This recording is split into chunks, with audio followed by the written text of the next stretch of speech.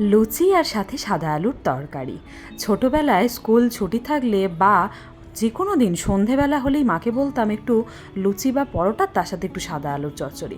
ছুটির দিনে তো আবার বলতেই লাগতো না, সকালে উঠেই দেখতাম কিছু না কিছু টিফিনে হচ্ছে, যার মধ্যে এক এক দিন তো থাকতো এই লুচি আর সাদা আলুর তরকারিটা। বাইরে থাকার জন্য মায়ের হাতের রান্না ভীষণভাবে মিস করি। সেগুলো সাধারণ খাবারই, আলু পোস্ত, পেঁয়াজ পোস্ত, এটা তো মনে হয় সবারই প্রিয়।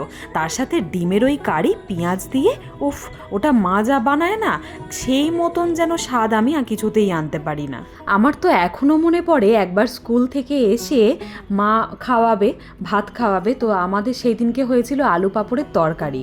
আমার আলু পাঁপড়ের তরকারি খেতে এত ভালো লাগে, আমি সেদিনকে ভাত আর না খেয়ে ওই আলু পাঁপড়ের তরকারিটাই খেয়েছিলাম।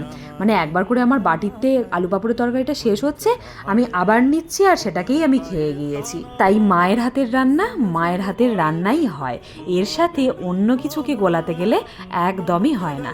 যাক, আজকে আমাদের রাত্রের ডিনার লুচি আর এই সাদা আলুর তরকারি। তোমরা সবাই খুব ভালো থাকো, দেখা হবে নতুন একটা ব্লগে।